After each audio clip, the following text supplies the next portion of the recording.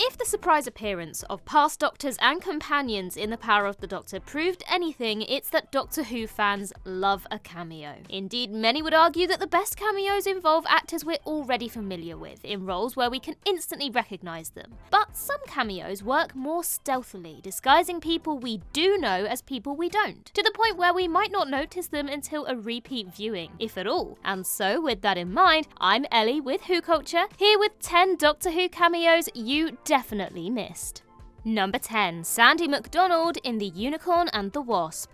Appropriately enough, our first cameo comes from an episode all about looking for clues, though hopefully you won't need a magnifying glass to spot him. Look closely when the 10th Doctor and Donna are enjoying cocktails on the lawn in The Unicorn and the Wasp, and you might just spot a footman bearing a passing resemblance to the 10th and now 14th incarnation of everyone's favourite Time Lord. That's because he was played by David Tennant's late father, Sandy McDonald. "I was coming down to visit David," McDonald explained to Doctor Who Confidential. "I think they must have been short of someone because they very kindly invited me to play the part of a footman." Having your dad feature in Doctor Who is a claim to fame no other Doctor can make, but consider also that Tennant's future wife Georgia and his father-in-law Peter Davison obviously also have appeared in Doctor Who, and at this point the Tennant clan pretty much just own Doctor Who. Number 9. Brian Miller in Deep Breath.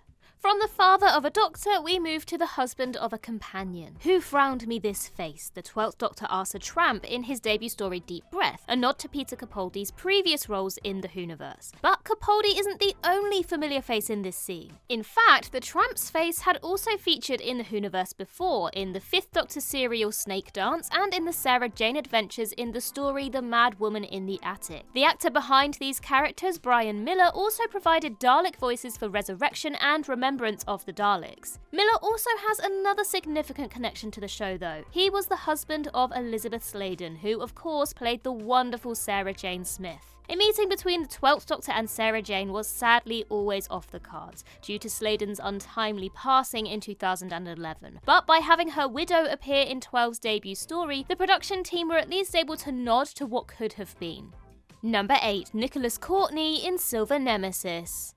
Brian Miller isn't the only person connected with classic Who to enjoy a cheeky cameo. When the TARDIS materialises at Windsor Castle in 25th anniversary Shindig's Silver Nemesis, pay attention to the group of tourists that walk through the shot. Some of these tourists are, as you would expect, plain old extras, but hidden away at the back are a number of Doctor Who contributors, including none other than the Brigadier himself, Nicholas Courtney. Just like the other tourists, Courtney's face is obscured, but he's easily identified by his grey blazer and cream trousers. The disguise is completed by a beret, apparently chosen by Courtney himself, having been told he was playing a French tourist. Also among the crowd were writers Graham Curry and Kevin Clark, and directors Andrew Morgan, Peter Moffat and Fiona Cumming. If all had gone to plan, Silver Nemesis would have featured a much more prominent cameo in the form of Prince Edward. Ever-ambitious producer John Nathan Turner made an appeal to Buckingham Palace hoping for the best, but his appeal was swiftly shot down.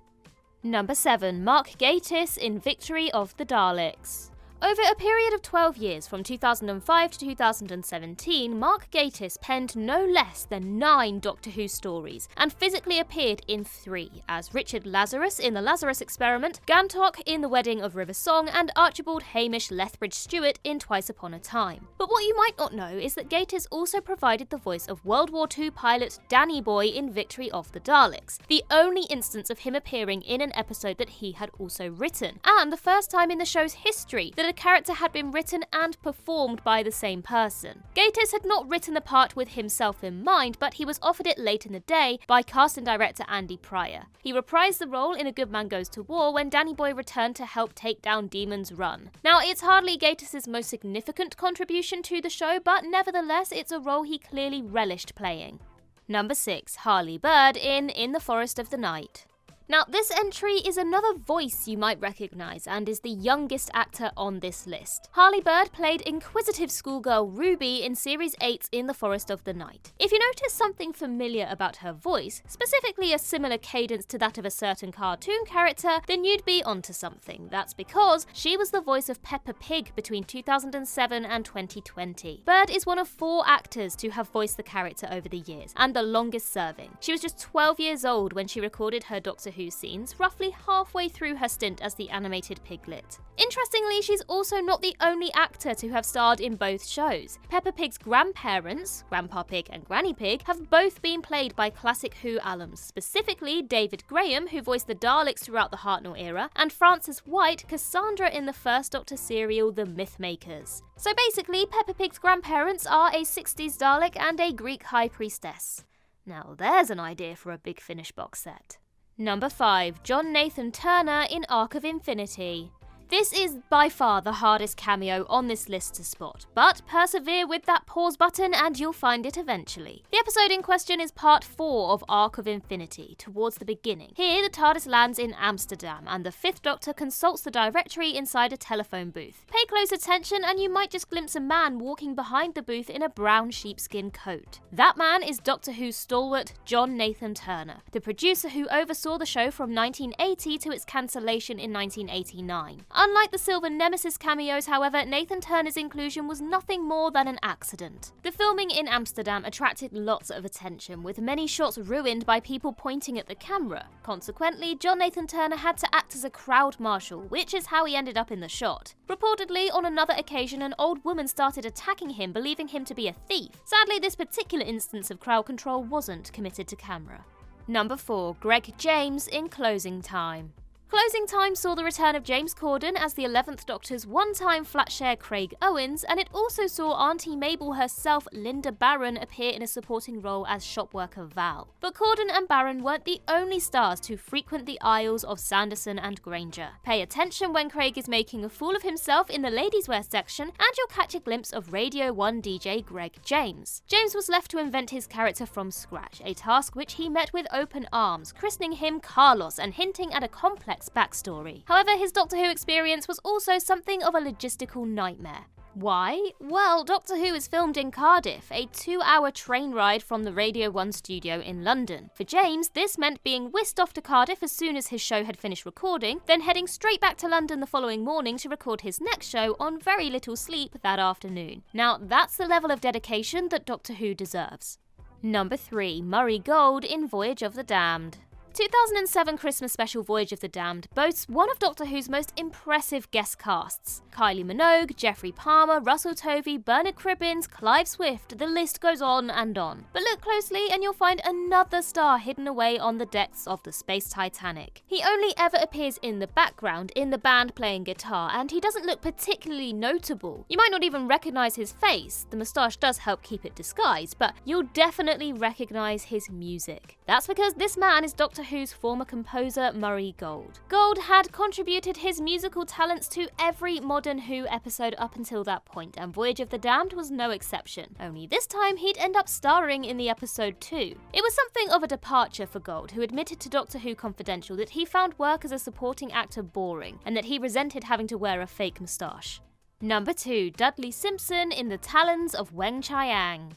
Murray Gold wasn't the first Doctor Who composer to feature in the show. 30 years earlier, Classic Who's own maestro got there first. To find him, you'll need to turn to the 4th Doctor serial, The Talons of WENG-CHIANG. Keep your eyes peeled in the opening moments of part 1, and you might just spot a very energetic conductor playing the band off as the curtain comes down in the Palace Theatre. Fast forward to part 4, and this mysterious figure appears again, this time conducting a rendition of the popular music hall song Daisy Bell. This is Dudley Simpson, the man who was responsible for some of Classic Who's most iconic soundtracks, including the score to City of Death. Like Gold, you might not know his face, but his music is nothing short of brilliant. Indeed, with over 60 scores to his name, Simpson was Classic Who's most prolific composer, so it's fitting that he was the one to make it into the show itself. Number 1. KAYVAN NOVAK in The Time of the Doctor. You'd be forgiven for thinking that there wasn't anything particularly remarkable about the actor who played Handles, the 11th Doctor's beloved Cyberhead. He's got a slightly different twang to that of usual Cyberman voice actor Nick Briggs, yes, but surely it's not someone we'd recognise from elsewhere. Is it? Well, that's where you'd be wrong. Even prior to appearing in The Time of the Doctor, KAYVAN NOVAK had multiple TV credits to his name, including E4 comedy Phonejacker, a show he also co-created and which won him a BAFTA. His film credits were fewer, but have exploded in the years since he lent his pipes to Matt Smith's Swan Song, with roles in Paddington, Men in Black, International and Cruella. But by far, Novak's most well-known role is one that came about 6 years after The Time of the Doctor, as the vampire Nandor in the TV adaptation of What We Do in the Shadows. It's a rare case, on this list at least, of someone cameoing in Doctor Who before rising to prominence, to the point where fans of Novak's other work will likely not have made the connection. So we're gonna say that his Star Turners handles was responsible for his career boom. We're sure of it. And that concludes our list. If you think we missed anyone, then do let us know in the comments below, and while you're there, don't forget to like and subscribe and tap that notification bell so you never miss a Who Culture video again. Also head over to Twitter and follow us there, and Instagram as well, and I can be found across various social medias just by searching Ellie Littlechild. Look out for Sean Ferrick on the various socials as well, and Dan the Meeks too. I've been Ellie with Who Culture, and in the words of Riversong herself, goodbye, sweeties.